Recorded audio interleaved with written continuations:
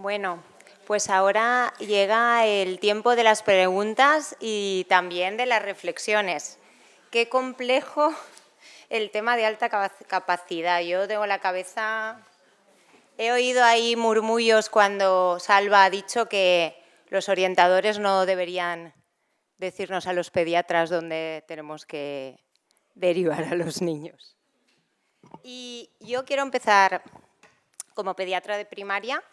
Voy a empezar yo haciendo una reflexión después de esta sesión, ¿qué voy a hacer yo en mi práctica diaria?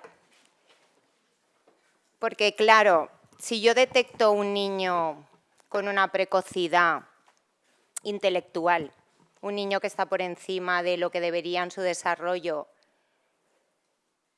y pienso que ese niño puede tener problemas el día de mañana por ello, yo como pediatra, tú dices, Alba, derivar, ¿dónde?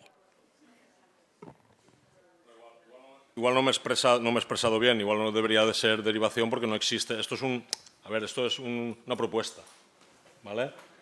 Derivación a dónde, pues bueno, igual que los pediatras. A ver, si esto llegase a trabajarse y hubiese un protocolo, pues igual que los pediatras derivan a USMIA, ¿no? para un tema TDAH, y luego la USMIA lo que hace es pedirnos a los orientadores, pues oye, completa la evaluación, haz un perfil cognitivo y tal, porque yo no entiendo ninguna ANESE sin un perfil cognitivo. Ninguna. Es lo mismo intervenir en un TDAH con un perfil cognitivo así o así, ¿no? Entonces tenemos que completar. Eso nos lo piden la SUSMIA muchas veces y lo hacemos, ¿de acuerdo? Entonces esto sería lo mismo. O sea, si tú como pediatra sospechas, de hecho en la práctica nos llegan esas sospechas de alta capacidad a los centros educativos y esto, a ver, lejos de ser una presión, que no es esa la intención de presionar, pero a los orientadores sí que les hace reflexionar. ¿Vale? Oye, si una mamá me lo está pidiendo, si el pediatra también lo ve, que conoce al niño, que conoce su vida, su evolución, pues no se trata de presionar, se trata de aportar criterio. ¿Vale? Igual la palabra correcta no sería derivación, pero en un futuro, si existiese un protocolo o una norma que así lo determinase, pues oye, ¿por qué no derivar? O sea, ¿por qué no hacer un diagnóstico de la alta capacidad? ¿Diagnóstico es igual a enfermedad? No. Entonces, como resumen, podríamos decir que nosotros podemos dar un informe a las familias para que desde el colegio el orientador escolar valore al niño. A ver, cuidado ahí, porque... Claro, no, yo no hablo de eso, yo no hablo de un informe, yo hablo de una interconsulta o de una sospecha. O sea, pero una mera... interconsulta... Bueno, o cuando la familia hace una consulta y dais vuestra hoja de... Bueno, es un un informe Eso médico. es un informe, claro. Como cuando solicitamos un niño con problemas de aprendizaje y decimos luego valoración psicopedagógica. Pues igual, exactamente lo mismo. Igualmente lo mismo Igualmente por lo mismo, sospecha claro. de altas capacidades. Sí, vosotros hay una sospecha y puedes recomendar. Siempre yo creo que estas cosas tenemos que ser todos amables, porque el lenguaje, al final somos lo que decimos, ¿no? Y el lenguaje es muy importante, hemos de ser amables y yo sí que veo muchas veces esa sospecha de altas capacidades, se recomienda al centro educativo evaluar pues, una posible alta capacidad, ¿vale? Ya está, lo único que he dicho antes es que a veces, pocas veces, pero a lo mejor pues algún médico, a veces pues, a lo mejor porque está cansado, porque la mamá le está presionando, dice, este niño necesita PT o necesita L. Eso no le corresponde al sector médico, ¿vale? Igual que si un orientador, pues un orientador no tiene por qué dirigirse tampoco a ningún médico para decir lo que tiene que hacer. O sea, eso faltaría, ¿no? Pero yo creo que sí que... A ver, tenemos que avanzar en esa línea. Yo creo... Lo hacen, ¿eh? ¿Eh? Lo hacen, ¿eh? Sí, yo sé que en la práctica hay gente muy imprudente. No, es habitual, ¿eh? ¿Sí? Bueno, pues, oye, pues denunciadlo. O sea, denunciadlo, quiero decir. Denunciadlo no quiero decir ir al juzgado. Hay cola. Lo habitual es los informes, que la mayoría son por fracaso escolar. Sí. Al final, como conclusión, es luego derivar a neuropediatra y unidad de salud mental infantil. Firmado orientador escolar. Eso es lo habitual. Bueno, a ver, eso es otra cosa. O sea, eso es otra cosa. Eso no es... Pero vamos a ver, nosotros cuando tenemos sospechas... A ver, si yo tengo una sospecha de TDAH, de TEA, porque estamos evaluando, estamos ahora en todo el proceso de evaluación previa a la escolarización, pero con casos incluso sobrevenidos que vienen de otros países, tal. O sea, yo cuando tengo una sospecha, pues nosotros hacemos una evaluación, ¿vale? Y recomendamos a la familia que vaya a la USMIA, pero la familia tiene que ir primero a su médico. Y será el médico el que deriva, no nosotros. Claro. O sea, ese es el... Bueno, entonces, ¿tú crees que hoy en día en la Comunidad Valenciana, desde los centros educativos, hay bastante, o sea, si nosotros derivamos los niños sin problemas a hacer los informes psicoeducativos en niños con sospecha de altas capacidades a día de hoy? No, no es la intención, ¿vale? No es la intención, no es lo que pretendemos. O sea, yo no quiero que empiecen los orientadores a derivar, porque la evaluación de la alta capacidad en nuestra normativa, la identificación, para una beca, para cualquier recurso, la identificación depende de nosotros, de los orientadores. O sea, no hace falta un diagnóstico médico para que evaluemos una alta capacidad. O sea, la alta capacidad en nuestra normativa se identifica con nuestro informe. Lo único que digo yo es que el diagnóstico a veces es necesario cuando hay comorbilidades. Eso sí, que hay comorbilidades. Y entre esas comorbilidades, cuando hay ansiedad, cuando hay sufrimiento, cuando hay aspectos clínicos que acompañan a esa disincronía, pues entonces sí que hace falta un diagnóstico. ¿Vale? Claro, pero hace falta diagnóstico perdonar cuando hay una... que esté todo el rato reflexionando Sí, yo. creo que hay más... Claro, hay más gente que querrá decir. Como pediatra, o sea, tengo un poco de confusión. Yo no estoy seguro del todo de lo que te estoy diciendo, ¿eh? Tampoco estoy seguro. Estoy confundida en cuanto a... Y es espero importante que no... la detección precoz para prevención, pero al mismo tiempo no debes a lo mejor... O sea, como no debes hacer nada si no hay comorbilidades. Sí que debo hacer si no hay comorbilidades. No, a ver, si no hay comorbilidades y las cosas van bien y el niño si tiene su informe, en el centro se está actuando y Pero tal. si no lo tiene. Bueno, si no tiene ese informe, pues tú tienes que valorar hasta qué punto le afecta. Si eso afecta a su salud, pues entonces... Vale. Y si veo a un niño que tiene una precocidad, pero no veo gran afectación... Bueno, pues entonces yo no haría un diagnóstico, sí que O sea, la familia es la que tiene que ir al centro a reclamar si cree que su hijo tiene necesidades. Ya no acaparo más el micro. Sí. Preguntas, reflexiones... Que no tenemos micro.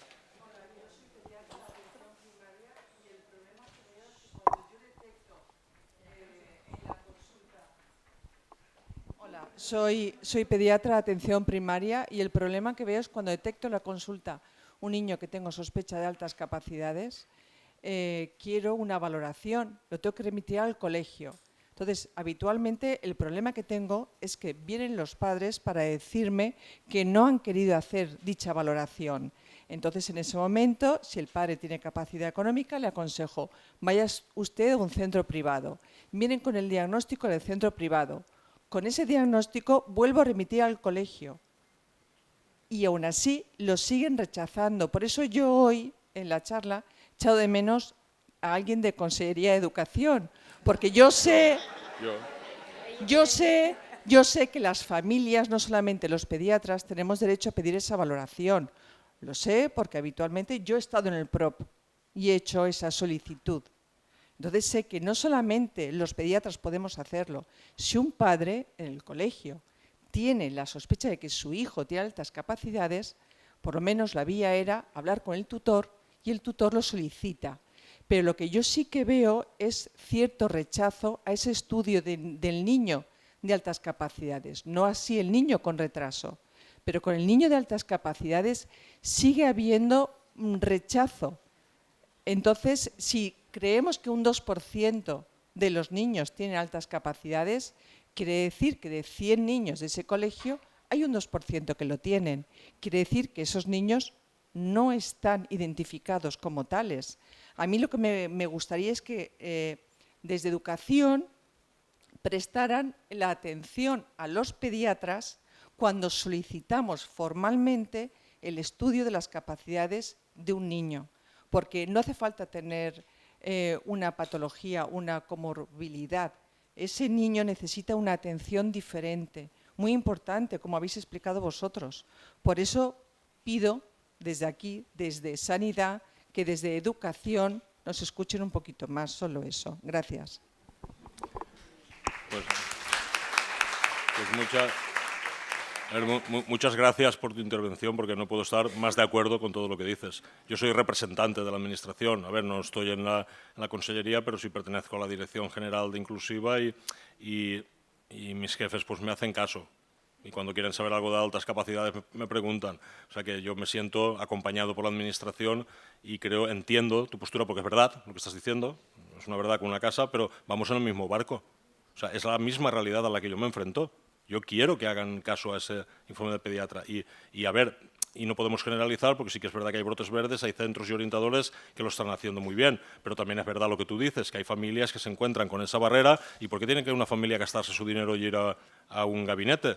Que a ver, que está en su derecho. Está en su derecho porque cada uno con su dinero va donde le da la gana.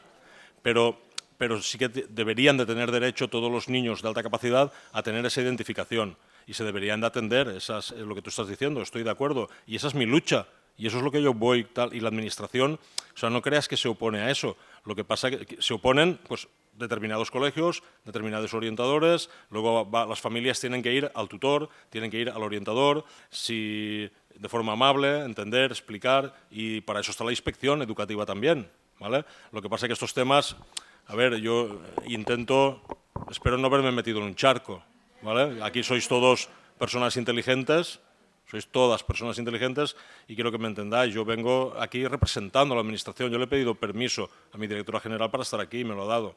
Y yo vengo representando a la Administración y estoy muy orgulloso de la Administración a la que represento porque está haciendo bien las cosas. Dicho eso, se están haciendo bien, estamos avanzando. Dicho eso, lo que tú dices, toda la razón. Pues trabajémoslo, establezcamos esos puentes y que se regulen normas, estas cosas. Estamos en ello. Yo estoy peleando para que se regule, porque lo que no está regulado, lo que no está escrito, no se hace. Pero que sí, totalmente de acuerdo. Sí, si me permitís un inciso al hilo de la intervención de Salvador. Yo represento a la asociación, no soy funcionario y por consiguiente no tengo esas limitaciones. Entonces, Abbas... Gracias. No, te lo digo por eso, porque creo que puede ayudar en el sentido de que las asociaciones de altas capacidades, uno de los objetivos es ayudar no solamente a sus asociados, sino a los que pretenden serlo o de algún modo sienten que sus hijos pueden ser altas capacidades. Nos encontramos en muchas ocasiones, desgraciadamente, que centros escolares pues, no atienden como deberían, son reticentes.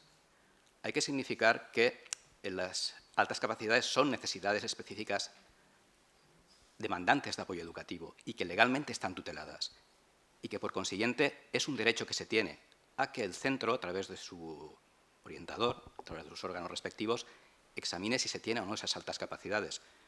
No pueden rechazar sin más un informe privado o una sospecha de alta capacidad. Hay medios, hay cauces legales para hacer llegar eso a la Administración, bien directamente a Consellería, bien directamente a través del equipo orientador o directamente a Inspección Educativa. Con lo cual, que hay cauces, porque es un derecho que tienen los niños y las niñas con altas capacidades. No es un capricho de los padres, no es una moda. Entonces, en esos supuestos, cuando no se hace caso, pues perfectamente se pueden dirigir, por ejemplo, a Abbas, porque nosotros no solamente atendemos a socios, también atendemos a gente que no son socios, pero en los que pueden surgir dudas de este tipo o de otro, y por consiguiente, a través de la página web de la asociación, donde están los contactos, Secretaría, Información, Presidencia, Vicepresidencia de la asociación, cualquier duda de esta índole, tanto ellos como vosotros, vosotras, como pediatras, como personal sanitario, podéis dirigiros para que os intentemos ayudar, porque lo atenderemos y lo haremos. Esa también es nuestra función. Simplemente quería aclarar esto. Yo añadiría ahí una cuestión más al hilo de lo que comentas. Como centro externo yo tengo una consulta y sí que es verdad que me ha pasado en ocasiones de que mis diagnósticos no han sido válidos para los centros educativos públicos. La normativa, y ahí Salva sabrá más, sí que ampara este hecho explícito. Es decir, que el centro tiene la obligación al menos de revisar y de abrir caso cuando llega un informe externo con una sospecha, ya no sospecha, o a lo mejor un diagnóstico realizado por un clínico colegiado. Es decir, y además la normativa y la ley les ampara. Por tanto, los padres tienen derecho, amparados por la legislación, a solicitar que se revise claramente su caso cuando aportan un informe clínico externo. Esa es la información que manejo porque yo soy centro externo. Desconozco también a nivel interno cómo funcionan, pero también veo un poco que al final, en este caso, acabamos un poco pasándonos la pelota a todos de la evaluación. Y tal vez aquí hace falta, ¿no?, la unificación o el establecimiento de un espacio donde realmente se haga un diagnóstico y un análisis preciso que valga para todos los contextos y a donde igual tienen que ir dirigidos en primera instancia. Es una apreciación. Hola. Hola, ¿me oís? A ver, yo también soy pediatra de atención primaria y es verdad que normalmente, por lo menos en donde yo trabajo, el colegio me pide que el diagnóstico lo haga yo. No aceptan el diagnóstico de externo y ellos dicen que para pedir las ayudas en el colegio, pues pedir una APT o lo que sea, para tanto problemas de lenguaje o problemas de lo que sea, necesitan mi diagnóstico. Con lo cual acabamos cogiendo el diagnóstico de un centro externo, poniéndolo nosotros y lanzándolo al colegio para que puedan, según ellos, pedir las ayudas que necesitan esos niños. Muchas veces es verdad que ellos, cuando hacen su diagnóstico, pero es orientativo, para volver a pedir las ayudas lo tenemos que mandar o al neuropediatra o a la USMIA. Tampoco aceptan a veces nuestro diagnóstico, nos piden que lo derivemos, con lo cual al final, si nosotros sospechamos, ellos no hacen. Si ellos sospechan, nos piden el diagnóstico a nosotros. Si es de externo, nos piden que el diagnóstico lo pongamos nosotros o que al final acabamos derivándolo o a neuropediatría o a la USMIA. Y a veces la USMIA nos dicen que es de neuropediatría y neuropediatría nos dice que es de la USMIA. Y entonces nosotros nos dedicamos a hacer informes a la USMIA, a la neuropediatría, a mí no me corresponde, a mí sí, a mí no. Y mientras tanto el niño no tiene la ayuda que necesita. Entonces, yo no sé eso cómo se puede solucionar, pero al final nosotros estamos en el centro. Acabamos poniendo diagnósticos que no son nuestros para que puedan actuar, con lo cual no sé yo a dónde tenemos que dirigir a las familias. Y si la normativa les dice que un centro externo sirve, ¿qué normativa les tenemos que decir que pongan? Porque van al colegio y les dicen que no. Y ahí estamos. A ver, una cosa es incorporar una fuente externa a tu informe, que eso sí que lo dice la normativa, pero los informes externos no son vinculantes, o sea, no estamos obligados en el sistema educativo, la normativa, a acoger el diagnóstico de un gabinete externo, sí de la red pública, o sea, sí de la USMIA, pero esto no es altas capacidades, entiendo. Tengo, por ejemplo, un TDAH, o sea, un TDAH, si no hay un diagnóstico médico de la USMIA o de neuropediatría, de quien sea, no podemos tramitar esa beca, o una discapacidad, o un TEA, trastornos del neurodesarrollo. Eso está en la normativa, en la resolución del 23 de diciembre del 2021. Todas las informaciones que hay que aportar en cada una de las necesidades. Y en altas capacidades no hace falta diagnóstico. Se acredita con el informe del orientador educativo. Ya está. O sea, la acreditación de la alta capacidad, según nuestra resolución, es con el informe del orientador educativo. Y con ese informe puedes pedir el subsidio y una beca. Con otro informe no. O sea, si alguien te llega a pediatría diciendo es que me han dicho en el colegio que tengo que hacer yo un diagnóstico de alta capacidad, no, eso no lo dice la norma, eso es una anomalía. Otra cosa son los trastornos del neurodesarrollo, o sea, los trastornos que tienen una afiliación, un diagnóstico médico y que están en la resolución. Nosotros no podemos poner, yo no puedo poner TDAH, TEA, discapacidad, ¿no? O sea, hay cosas que no las puedo poner. Me hace falta un diagnóstico médico. Claro, el diagnóstico médico de un pediatra sería suficiente para poner en marcha medidas educativas, pero igual para un cambio de modalidad o para cuando se exige una resolución administrativa por un cambio de modalidad o por un educador o algún recurso, entonces sí que la normativa lo que pide es el informe médico de la red pública. Por eso a veces no se tienen, pero bueno, esto es la norma. O sea, no es que ¿Sabéis que tardan 9 meses en ver a un niño en la USMIA? Claro que lo sabemos. Ah, con lo cual se ha perdido un curso entero. Claro, por eso yo soy de los que piensa, y esto ya es una opinión, y espero no meterme ya en el cuarto charco, ¿vale? yo soy de los que piensa que si un niño tiene TDAH, tiene derecho a una beca, y lo tiene el TDAH, porque lo tiene, ya está, no porque lo decida nadie, sino porque está en su genética, ¿vale? Si ese niño tiene derecho a una beca y en la USMIA no lo van a ver hasta el año que viene y va a perder esa beca, si la familia viene con un informe de un médico privado, debería de tener el mismo valor. Pero eso es una opinión, la normativa no permite eso.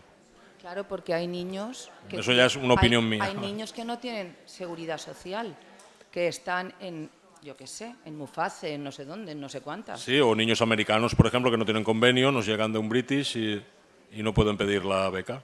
Vale. Sí, hay, pero eso lo sabemos y estamos haciendo... A ver, yo soy de los que hago menciones ahí a la norma para que esas cosas mejoren y cambien.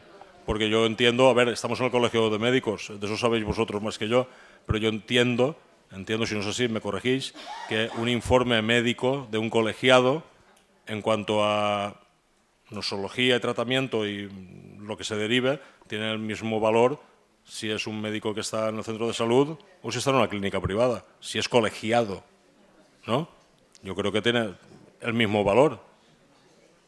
Entre vosotros lo tenéis claro, creo, entiendo. Lo que pasa es que en la administración, claro, la administración ahí sí que se cubre las espaldas, yo también lo entiendo, ¿no? Pero igual, no lo sé, nuestra norma en ese sentido es restrictiva, ¿vale? Es restrictiva y las becas y determinadas ayudas hace falta el diagnóstico médico. Yo tengo dos dudas. Una es si los adolescentes que están cursando eso pasan a bachiller, cursan bachiller, ¿se sigue acompañando en altas capacidades a ese nivel porque ya no es obligatoria la enseñanza? ¿Qué quieres que te diga? ¿Te respondo políticamente correcto o la verdad? A ver, lo que es, no sé. A ver, la verdad es que se les acompaña poco, ¿vale? Pero nosotros estamos ahí peleando para que sí que se les acompañe. A ver, no se ha curado la alta capacidad, ¿no? Se ha ido. Sigue teniendo las mismas desincronías, las mismas necesidades. Si hay ya un programa de enriquecimiento, se está acompañando, lo lógico es que en esa flexibilidad... Para que haya una flexibilización tiene que haber un enriquecimiento previo, una compactación del currículum y un acompañamiento en todos los sentidos para que esa flexibilización funcione. Si pasa de tercero de la ESO a primero de bachillerato y ya con esa medida ya terminamos cualquier seguimiento o cualquier intervención, pues puede ser un fracaso. Entonces, ese enriquecimiento pues debería de ser algo natural, que entre etapas pues acompaña al alumno. Lo tenemos documentado en el anexo 13, hay unos recursos, unas pautas y unas maneras de trabajar que en algunos centros, en bachilleratos, sí que lo hacen. Y luego hay otros centros, pues ¿qué pasa? Eso no es etapa postobligatoria, no tenemos ya recursos, aquí hay la exigencia de una PAU y tal. Oye, pues precisamente por eso, es que a lo mejor esa exigencia y esa demanda lo que requiere es que continúes con esa compactación y ese enriquecimiento para no romper los esquemas del alumno. Y la segunda duda es si hay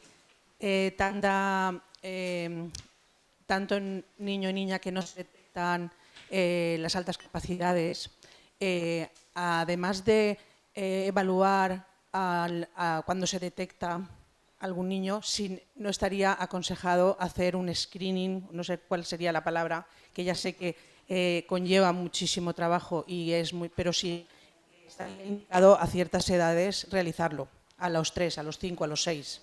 Por eso han subido a 8.000 este año, porque con el Conectach estamos implementando screenings y evaluaciones sistemáticas en los cambios de etapa sobre todo. Los centros del programa, pues a lo mejor en primero de primaria y en sexto, o en segundo de primaria y primero de la ESO, pues hay 1 o 2 momentos en los que se hace la detección grupal y se hace la detección a todo un nivel y se evalúa a esos alumnos, además de los que puedan venir sobrevenidos. Pero claro, eso se espera que en varios años pues todo tu centro esté detectado y evaluado, la mayoría. Sí, entonces esos centros son voluntarios que participan Claro, en el programa. Son centros que voluntariamente participan en el programa, bueno, y porque cumplen unos requisitos. Hay unos pasos y tienen que hacer un trabajo previo. O sea, no es que quieran entrar, sino que sigan hay una selección, claro. Y no debe ser obligatorio para todos, porque el que yo vaya Ojalá, a un colegio ojalá. o a un instituto no es equidad, ¿no? Al final. Exacto, ojalá, pero por eso el programa crece, por eso estamos ahí y yo mis disgustos me llevo. O sea, que esto no es tarea fácil. Gracias. Vuelvo a intervenir al hilo de esta propuesta o de esta idea. Sí, efectivamente, se debería hacer una prueba de screening a la generalidad de los alumnos. De hecho, en los últimos meses nosotros estamos en contacto con distintos partidos políticos porque desde la asociación queremos que es conveniente hacer una normativa propia a nivel de comunidad autónoma, que es donde nosotros nos movemos, porque este es nuestro ámbito de actuación como asociación, específica para las altas capacidades. Sería pionera en España. Y hemos conseguido que a través del Grupo Socialista, en Les Corts, se haya presentado una proposición no de ley tendente a que esta normativa aparezca. Y uno de los puntos que esa normativa contempla es la generalización de test a todos los alumnos, precisamente para detectar lo antes posible las altas capacidades y poder aplicar los mecanismos y los derechos que los niños con altas capacidades tienen. Entonces, lo digo para que se están dando pasos en ese sentido. Yo, aprovechando nuevamente, añado por la parte del análisis clínico. Creo que lo que tenemos que aspirar es a valoraciones cada vez más objetivas. Estamos centrándonos hoy con el tema de las altas capacidades, pero vuelvo al tema de la coexistencia. Los análisis que se realizan en los estudios de TDAH en muchas ocasiones no son suficientemente completos como para hacer un diagnóstico con tanta repercusión para la vida de un niño. Muchas veces son diagnósticos que van de la mano de medicaciones. Entonces, es bastante arriesgado esto, pero me voy más allá. Cuando se estudia el posible diagnóstico de autismo, las pruebas que se emplean requieren también de una pericia y un conocimiento por parte del clínico de los mismos síntomas para ser capaz de diferenciar entre qué es TEA y qué no lo es. Entonces, sí que es verdad que yendo más allá, ya no solo en la detección de las altas capacidades, sino en las comorbilidades, tenemos también que centrarnos mucho en trabajar en protocolos de detección cada vez más objetiva y cada vez más completos de aquello que realmente influye y que puede ser coexistente, porque podemos estar mal diagnosticando a personas con dobles excepcionalidades diagnósticas sin ser realmente el caso. Entonces, creo que ahí incluso podría mejorar la relación entre la privada y la pública, porque creo que esas suspicacias que igual se pueden activar con respecto a la ayuda que igual podemos ofrecer los privados a ciertos diagnósticos, igual se podría eliminar con la objetividad del análisis. Si tenemos pruebas, como bien hablábamos antes, pues a nivel de electroencefalogramas cuánticos, mapeos cerebrales, que ya están dando buenas informaciones muy interesantes sobre cómo funciona el cerebro con altas capacidades, podemos con pruebas claramente objetivas decir si este sustrato es candidato o si este sustrato no lo es. Y eso elimina totalmente la subjetividad en el análisis. Y eso creo que unificaría criterios diagnósticos ya no solo en las altas capacidades, sino que tenemos que aspirar a que aquello que coexiste también tenga una unidad de criterios diagnósticos entre los clínicos. Un apunte más con respecto a lo que comentar. También, al hilo de todo esto, yo quería hacer una pregunta con respecto precisamente con el TDAH. Lo que he comentado de que muchas veces recibimos un cribado positivo del colegio de TDAH sin pruebas de inteligencia. Llega a nuestra consulta con esa sospecha y probablemente si nosotros no conozcamos al niño y confiamos en ese cribado positivo, con esa sospecha diagnóstica lo remitamos a USMIA, que tampoco hace ninguna prueba de inteligencia, probablemente sí que confirme con determinados test, complemente lo que haga falta, pero no sé hasta qué punto pueda clasificar a un niño con una etiqueta que pueda tener una comorbilidad, en este caso con las altas capacidades. Entonces, mi pregunta es, también con lo que comentaba yo de la sugerencia en la hoja evolutiva o en la nota informativa, ¿se podría también sugerir al centro cuando recibamos un cribado de TDAH, sobre todo si sospechamos que pueda tener una comorbilidad con alta capacidad, que realicen un test de inteligencia? ¿Sería conveniente? Se hace en la práctica y hay una resolución conjunta del 2017 que así lo contempla y en la práctica se hace. Es habitual que las USMIAs nos remita, bueno, a ver, yo os hablo de la normativa y de mi experiencia, ¿vale? Que luego por ahí pues hay gente que hace de todo, Pero yo me refiero al colegio, que el colegio, nosotros recibamos del colegio un cribado positivo de TDAH sin completar pruebas de inteligencia. No es una buena práctica.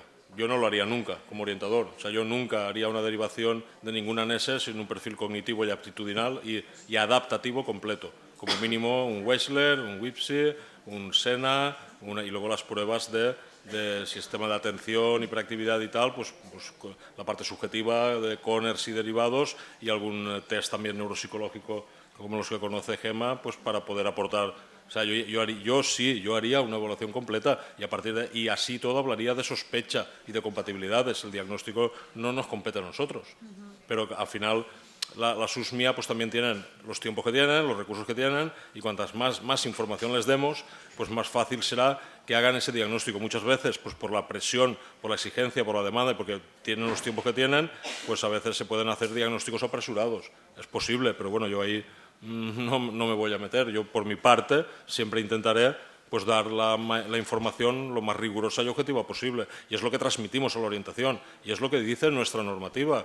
Pero que luego esto no siempre sea así, pues bueno, pues para eso está la inspección educativa y las familias, para eso están las asociaciones.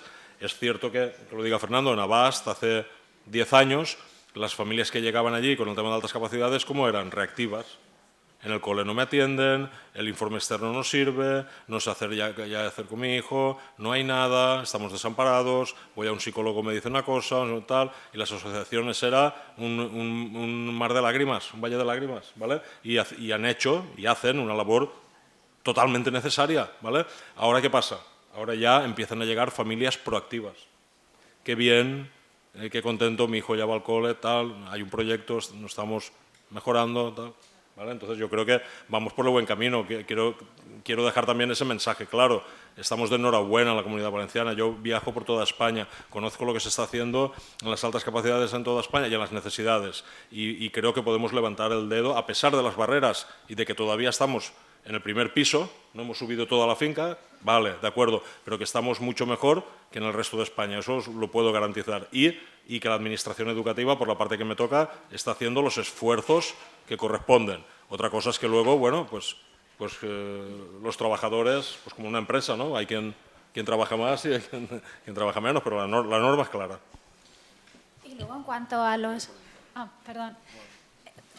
para los canales oficiales, para las familias, el tuyo, por ejemplo, la UEOD es activa de altas capacidades, los papás en principio no se dirigen directamente, sino que es a partir del... Pero el canal oficial es el cole es el que activa la UEO. Sí, y nosotros, como yo nunca me salto, y la instrucción que tenemos es esa, y toda la gente que colabora conmigo, nunca nos saltamos a un colegio y a un orientador. Pero aquí, a ver, yo siempre pienso que primero somos personas y luego profesionales. ¿Vale? Si tú eres madre, me escribes, a mí me mandas un correo, yo contesto a todo el mundo. Yo en móvil, mis amigos, mis compañeros funcionarios, no, mi vida privada, tal. Yo es que no sé separar mi vida privada de mi trabajo, tengo ese defecto, ¿vale? Entonces mi móvil lo tienen 1 millón de personas, pero es que a mí no me supone ningún esfuerzo estar hablando con una madre gallega, que me estaba, y a lo mejor estoy haciendo la paella y estoy hablando, o sea que no me supone, pero ese es mi hándicap, ¿vale? Dicho eso, las familias, nosotros no atendemos a las familias directamente, ¿vale? Pero por educación respondemos. O sea, yo respondo a todas las familias, siempre, y respondo orientándolas a que vayan al centro.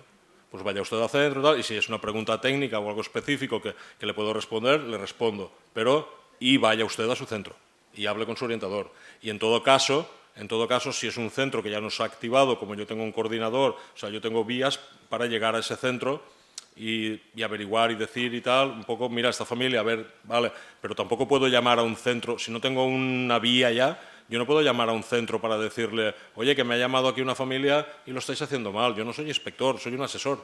La activación. Entonces la activación solo la puede hacer el centro, por caso, es por caso. Lo que pasa es que, claro, cuando llegamos a un centro por un alumno, ¿qué hacemos?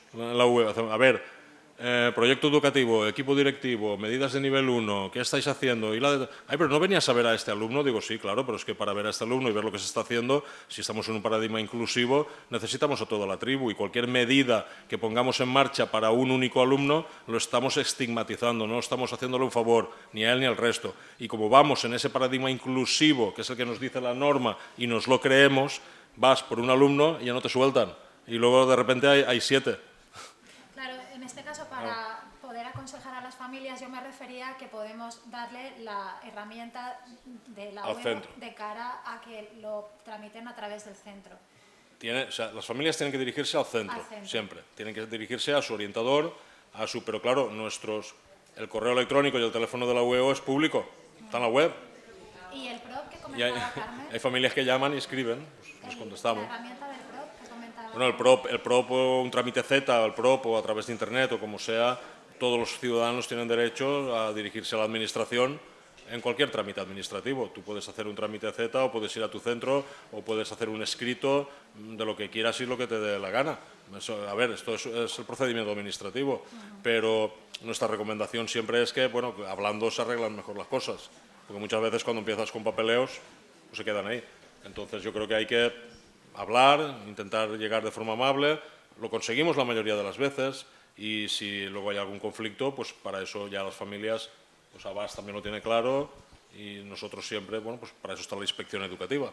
Pero intentamos que no llegue ahí, porque luego cuando llega inspección educativa, luego nos activan también a nosotros. Es que al final, ¿vale? Mejor prevenir que... Hola, buenos días. Bueno, lo primero agradeceros la jornada. Bueno, yo soy pediatra de atención primaria y soy mamá de una niña de 8 años con altas capacidades. Entonces, son dos cosas. Lo primero, por curiosidad, mi camino no fue tan fácil como parece que se ha pintado de niño, pues que habla desde los 8 meses. Mi hija dijo mamá con 3 años, logopeda hasta los 5, diagnosticada de TEA a los 3, diagnosticada de TDAH a los casi 6, ni TEA ni TDAH, altas capacidades. Entonces, bueno, que no siempre están, pues eso, el niño que con 10 meses habla o lee con 18 meses. Que hay casos más difíciles que yo creo que también tenemos que estar ahí un poco... Yo siempre decía, ya donde iba, que mi hija era especial y hasta mi marido, que no es sanitario, decía, es que estás obsesionada con tu hija. Y yo, no estoy obsesionada, es que mi hija tiene... no sé decirte qué es, porque la verdad es que yo no estaba muy puesta en las altas capacidades, pero yo decía, es especial.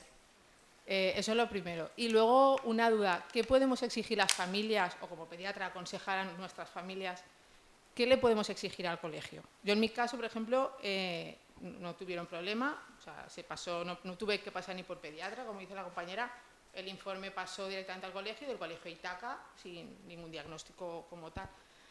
Pero en el caso de mi hija, por ejemplo, han puesto el Rincón del Talento, que sé que está en Conectats, en la web, es una de las herramientas, pero ¿qué quieres que te diga? El Rincón del Talento, bueno, no sé si alguien no lo sabe, están en una esquina con actividades y cuando acaba su trabajo en clase, las fichas o el examen o lo que tenga, se va aislada a una esquina de clase, ya está en tercero de primaria ahora, a hacer sudokus. Entonces, claro, entonces, ¿qué le puedo exigir como mamá o aconsejar a las familias? ¿Qué pueden exigir al colegio? ¿Qué ayudas? Porque Pero eso es una mala aplicación del Rincón del Talento, no es eso. A ver, claro. A ver, yo entiendo la primera parte, lo que dices de que, bueno, tú has ido pasando por diferentes plantas del Corte Inglés y te vas encontrando etiquetas, ¿no? Y luego ya, bueno, y te ha faltado la de trastorno negativista desafiante, que es cuando ya no sabemos qué poner. No, porque es niña y siempre ha sido muy buena. Vale, has tenido suerte. Muy fácil. Vale, pero que sí. Pero lo que hemos llorado, para mí se queda. Claro, sí, yo entiendo ese drama y por eso estoy aquí. Porque yo empatizo y soy sensible pues por diferentes... Porque también me ha tocado en mi vida pues saltar esas barreras, ¿vale? Entonces yo entiendo que ese baile de diagnósticos y tal muchas veces erróneos o confundidos o enmascarados y luego pues hay una alta capacidad. Pues bueno, por eso estamos peleando, para aportar criterio, algoritmos, protocolos y que estas cosas no pasen, ¿vale? Y luego que los centros apliquen medidas educativas, se llamen como se llamen, Rincón del Talento y tal, pues no quiere decir, yo os invito a que entréis a las buenas prácticas, a los centenares de centros que hay, vídeos, infografías, presentaciones, tal, y verás cómo no están haciendo lo que tú dices. Lo que tú dices pasa también, sí, pero es una mala aplicación del Rincón del Talento, porque el Rincón del Talento al final es una metodología pues inclusiva que no es para hacer una cosa determinada con un alumno, sino para dinamizar el grupo aula en retos, no solo un rincón, varios rincones, dentro de una programación, de un proyecto y de un enriquecimiento tanto horizontal como vertical, o sea, y no solo con un área, sino con varias. Todo eso lo tenemos perfectamente diseñado, explicado y tenemos ejemplos de gente que lo está haciendo muy bien. Tú me has puesto un ejemplo de una mala praxis. Bueno, pues, ¿qué podéis hacer? Pues si tú tienes ya un informe y tienes un programa de enriquecimiento y eso, tú tienes derecho a tener una copia de cualquier documento en el que está el nombre de tu hijo, ¿vale? Eso es por protección de datos. Los orientadores lo sabemos. O sea, el informe se da habitualmente, yo digo lo que yo hago, ¿vale? Hay audiencia a la familia, estáis de acuerdo, firmáis como que estáis de acuerdo y tal, y ahora fírmame aquí porque te doy una copia del informe, ¿vale? Y luego si hay un documento 13 de enriquecimiento o por una TDAH, hay un plan de actuación personalizado, sea lo que sea, la familia, en la normativa, forma parte de la respuesta educativa, hay que sentarse con la familia y todo lo que se hace con tu hijo, tú tienes derecho a tener una copia y a estar informada y a saber lo que se está haciendo. Eso es lo que tenéis derecho las familias y lo que debéis de hacer. Pedir al centro que os informe, que os acompañe y participar en lo que se está haciendo. El problema es que los recursos son muy limitados, bueno, lo sabes, claro. Son muy limitados. Entonces, si en una misma aula hay dos niños con altas capacidades, que normalmente en primaria, y hablo en el nivel de mi hija, van medio solos, porque no tienen ningún problema en estudiar, bueno, de hecho no estudian, porque con lo que van a clase les sobra la mitad de clase. Y luego hay 5, 6, 7 niños con retrasos del aprendizaje, con dislexias, con TEAs, con TDAHs, el recurso va a esos niños. O sea, yo entiendo que la atención del profesorado y de los gabinetes lo puedo llegar a entender, vaya a esos niños, no a mi hija como aquel. Bueno, también tenemos experiencias de que no es así. A ver, cuando vivía en Alicante, tengo un amigo argelino que tiene un bar y vamos allí a tomar el café 25 o 30 personas a la vez y sabía cada uno lo que... Y a lo mejor no tiene carrera el hombre, ¿no? Y daba esa atención. O sea, lo que quiero decir es que en la vida la gente se mueve, ¿no? O sea, no somos troncos, hay que moverse.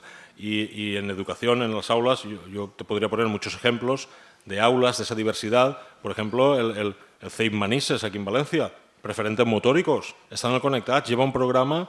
O sea, la orientadora está atacada de los nervios, pero bueno, es competente, es trabajadora. Y os lo he dicho, esto llegas a casa cansado pero contento. Sí que se puede atender a la diversidad, porque multinivelar y compactar y utilizar metodologías activas no quiere decir dar a cada uno lo que se necesita. O sea, tú puedes tener diferentes ritmos, diferentes estrategias para que los diferentes grupos pues vayan como moviéndose, ¿vale? Porque enseñar no es lo mismo que aprender y luego hay que respetar los ritmos y tal, pero esto tampoco es laissez-faire, ¿no? O sea, tú tienes que tener una estructura, una programación. Y hay centros que lo hacen y lo hacen muy bien. Y el programa Conectage pretende eso, desarrollar el talento de todo el alumnado. Y los alumnos llevan pues, su portfolio, su programación, está todo muy programado y muy estructurado para que esa atención a la diversidad con medidas de nivel 4 no impida la atención con medidas de nivel 3, que son ordinarias a nivel de centro aula. Y de hecho los PTs y los AL, hoy en día ya no, o sea, que un PT o una AL saque a los alumnos de clase para hacer qué. ¿No? O sea, eso no es una práctica inclusiva. O sea, los PTs y los AL, el 90% del tiempo, porque hay cosas que sí que hay que salir, pero el 90% del tiempo están dentro del aula, en una codocencia, en un apoyo, con el ojito puesto en el alumno que más lo necesita, pero con actividades, y sé de lo que hablo. Tengo un hijo que tiene síndrome de Down, está haciendo tercero de la ESO, no sabe hacerlo en un canuto, pobre, tiene una discapacidad moderada, potente, pero es lo mejor que me ha pasado en mi vida, porque es el amor con patas. Es el amor con patas. O sea, y gracias a mi hijo el centro... O sea, yo he visto a gente llorar allí de alegría y estaban acojonados cuando llegó mi hijo al instituto. Y puedo hablar del IES Jaume d'Ontinyent con mucho orgullo, y en secundaria, que todavía es más difícil, pues se han arromangat y están contentos y el niño está aprendiendo. Todos decían que no aprendería a leer y ahora ya lee, escribe, suma, resta, va haciendo cosas con una discapacidad moderada, muy alejado del currículum en tercero de la ESO. Pero ¿sabes qué pasa? Que los compañeros de mi hijo Salva, de aquí 10 o 15 años, cuando lleguen al instituto y sean profesores, no estarán tan acojonados como a los que yo vi. Ese es el poder transformador de la inclusión. Y eso, si pasa en un instituto y en ese aula hay más diversidad, no está solo mi hijo, ¿vale? Pero quiero decir que si en un centro, en un aula, es posible hacerlo, ¿por qué en otros no? ¿Vale? Pero, a ver, esa es la lucha de todos. Esa es la lucha de Abast, es la lucha vuestra, mía, 24 horas al día. Yo me dedico a esto. Y sé lo que hay. Pero bueno, ¿qué queréis que os diga? Simplemente, bueno, pues animaros a compartir. Espero no haber generado demasiada distorsión.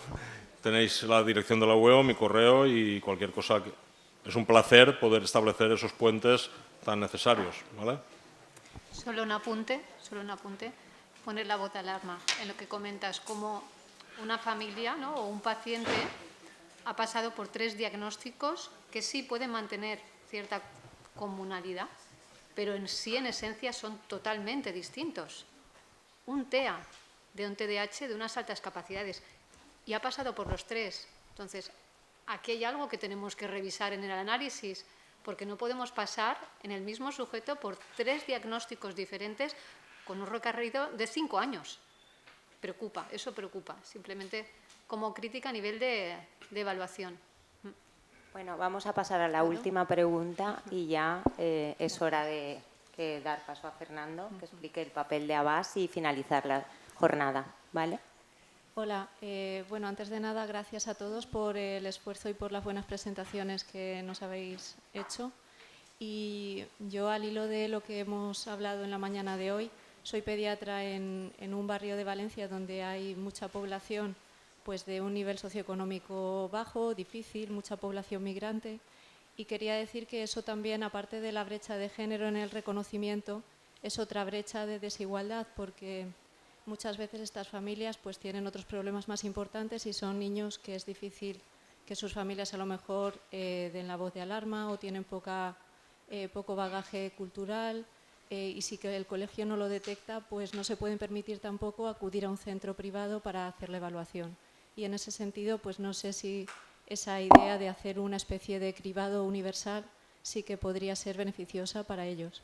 Y por otro lado, decir que yo desde el sistema sanitario pienso que el sistema sanitario está cojo mientras que no se incorporen figuras de neuropsicólogos clínicos para apoyar a la neuropediatría y a las unidades de salud mental infanto-juvenil, porque tampoco me parece adecuado que, bueno, si los indicadores de alarma pueden surgir de la familia, del colegio o a veces de las consultas médicas, porque tenemos niños que nos vienen por somatizaciones o por problemas emocionales y que lo que hay debajo es uno de estos temas no detectados, pues entiendo que es difícil que tú envíes a ese niño que en el colegio no tiene un problema curricular o no detectado en el colegio para que ellos asuman el cargo y la responsabilidad de hacer toda la evaluación. Debería poderse hacer una remisión a servicios de neurología o de salud mental donde se haga el estudio completo y no depender completamente del estudio escolar, que además la etapa escolar pues dura 9 meses y luego hay 3 que estamos en ese sentido desatendidos y que también hay mucha sobrecarga. Y esa es una realidad que, aunque hoy no la tenemos en la Comunidad Valenciana, en otros hospitales españoles pues sí que se está llevando a cabo y lleva mucho tiempo implantada, y creo que sería fundamental, igual que se hace una prueba de función pulmonar, una espirometría, pues unas funciones de capacidad intelectual o de TDAH o lo que se crea conveniente para apoyar los diagnósticos y que sean más fiables. Gracias. Sí, bueno, completamente de acuerdo con lo que dices. Sí que tenemos centros, sí que hay conectats, sí que hay proyectos en centros con necesidades de compensación, de desigualdades, con población vulnerable y centros que trabajan muy bien. Mira, por ejemplo, el otro día estuve si alguna vez queréis visitar un centro de impacto, estuve en la Torre, en Paterna, ¿vale? Un proyecto espectacular. Salí encantado allí y la población y el entorno es pues bastante vulnerable. Allí tienen de todo, ¿vale? Y mucha variedad. Y bueno, y aquello tiene sabor, olor, color, todo. Un proyecto chulísimo. Y allí estamos detectando y estamos... O sea que no, la inteligencia no entiende de... La alta capacidad no entiende de raza, cultura, sexo. Bueno, no son exactamente las curvas iguales, pero bueno, muy parecidas. Y ya está. O sea que sí que es verdad que los barrios o colegios con un nivel socioeconómico más alto son más visibles, tienen más oportunidades y es más fácil visibilizar y acompañar a ese talento, pero que a priori, bueno, pues ahí estamos. Y bueno, lo de los neuropsicólogos, completamente de acuerdo. La verdad es que, a ver, bueno, rompo una lanza a nuestro favor. Sí que al menos en este tipo de diagnósticos la figura del neuropsicólogo dispone de las competencias para hacer análisis amplios. Entonces, podemos abarcar a estudiar aquello que a lo mejor puede completar lo que al fin y al cabo os llega o llega a nivel escolar. Entonces, claro, en la pública estamos mínimamente representados.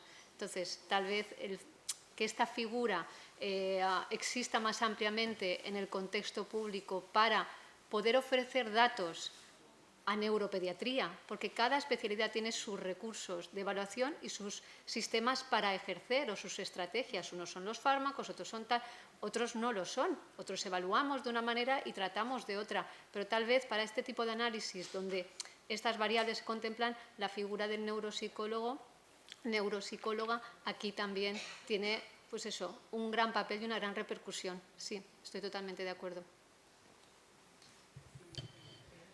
Bueno, para concluir ya esta jornada, que creo que ha sido muy productiva, voy a informaros muy brevemente.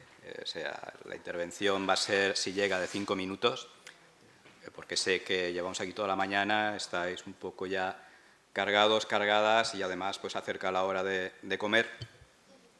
Entonces, nada, explicaros simplemente qué es ABAS, a quién se dirige ABAS, cómo funciona ABAS.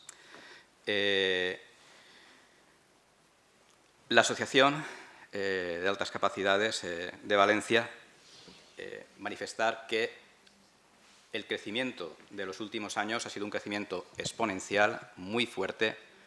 Probablemente hoy en día seamos la Asociación de Altas Capacidades enfocada a niños más grande, más fuerte de toda España. Y para ello, pues, como he dicho antes al principio, son los talleres de actividades 2 sábados de cada mes lo que más visibiliza nuestra actividad.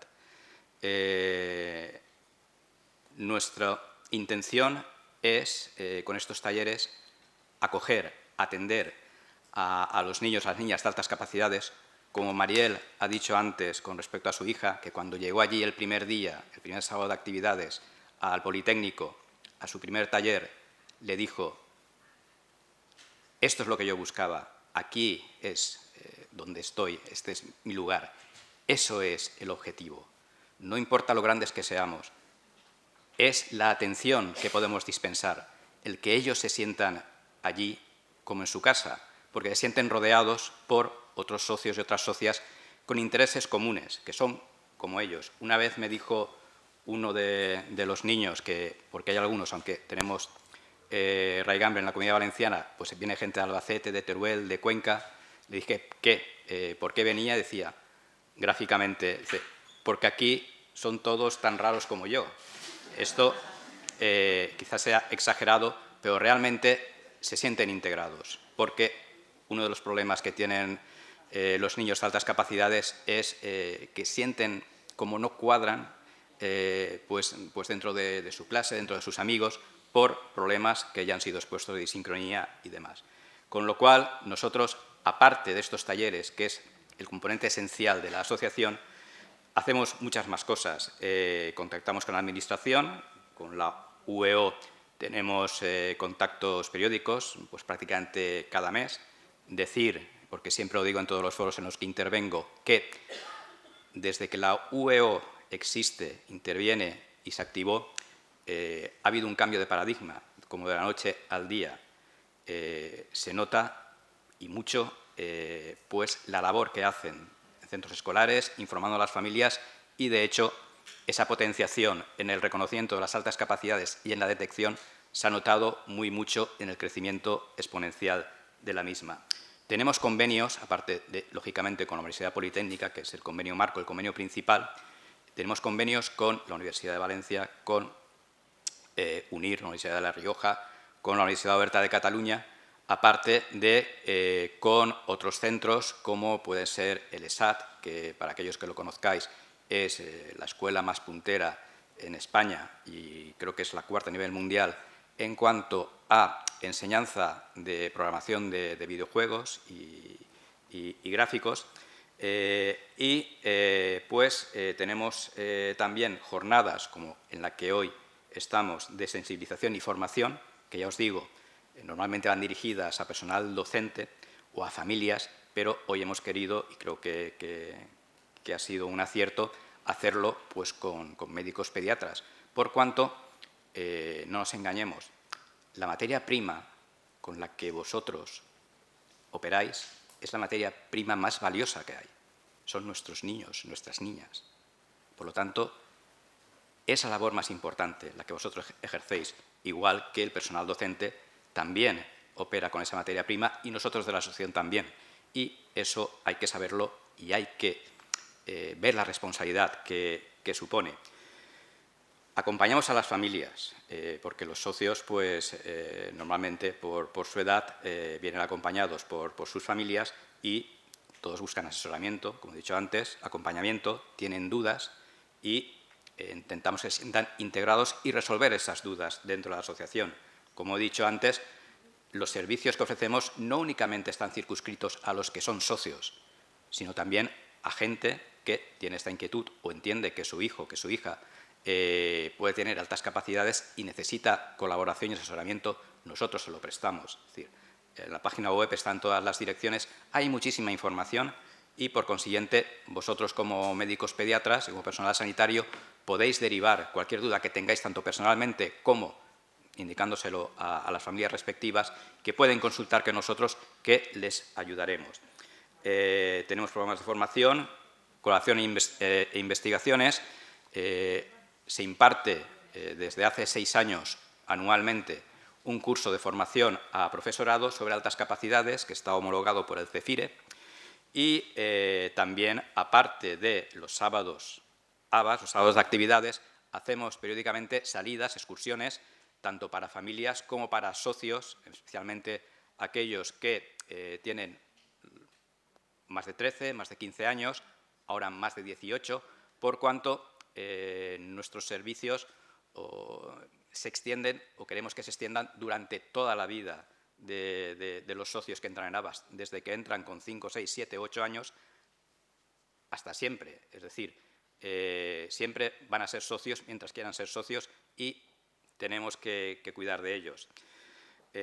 Hay mentorías para los más mayores, en el sentido de que se intenta orientar hacia las carreras universitarias o hacia grados superiores de formación profesional u otras trayectorias académicas. Les intentamos ayudar también en ese sentido y se programan charlas FECIT en colaboración con el personal docente de la Universidad Politécnica de Valencia. Visitas a empresas, excursiones. Por consiguiente, el abanico es muy amplio.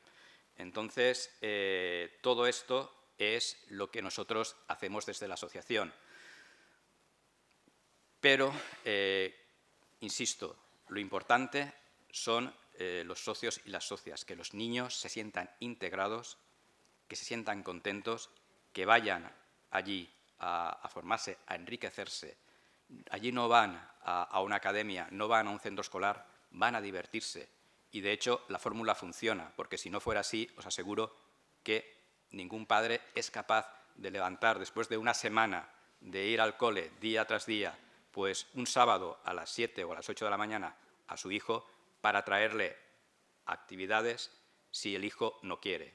Realmente, cuando han ido un par de veces, son los hijos quienes arrastran de la cama a los padres para que vengan al Politécnico. Y, por consiguiente, agradeceros la atención dispensada y, bueno, imagino que nos volveremos a ver en próximas jornadas. Gracias por vuestra atención y gracias por estar aquí.